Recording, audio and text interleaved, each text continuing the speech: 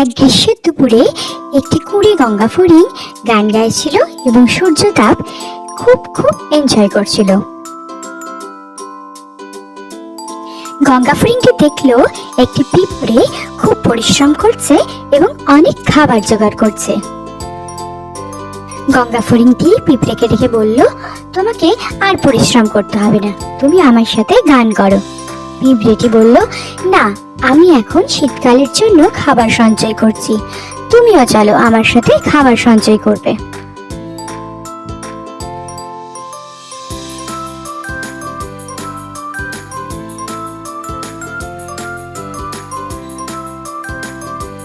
কিন্তু গঙ্গা ফড়িংটি সারাদিন রেস্ট নিয়ে এবং আনন্দ করেই কাটিয়ে দিল।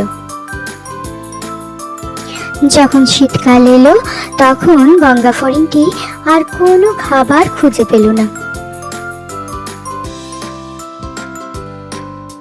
গঙ্গা ফড়িংটি চারিদিকে খাবার খুঁজছিল, কিন্তু সবকিছু বরফের তলায় চাপা পড়েছিল।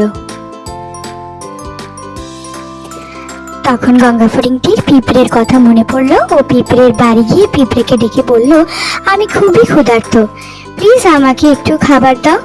পিঁপড়েটি দয়া করে গঙ্গা ফড়িংটিকে ঘরের ভেতর ঢুকিয়ে নিল।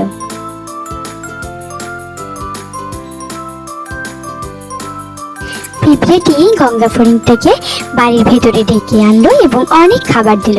গঙ্গা ফড়িংটি পিঁপড়েকে খুব আনন্দের সাথে বলল, আমি আর এরকম করব না, আমি এবার থেকে প্রত্যেক গ্রীষ্মকালে শীতকালের জন্য তোমার সাথে পরিশ্রম করব ও খাবার সংগ্রহ করব। আজকে ভিডিওটি ভালো লাগলে ভিডিওটি একটি লাইক করবেন, এরকম ভিডিও পরবর্তীকালে দেখার জন্য চ্যানেলটি সাবস্ক্রাইব করবেন। Thank you.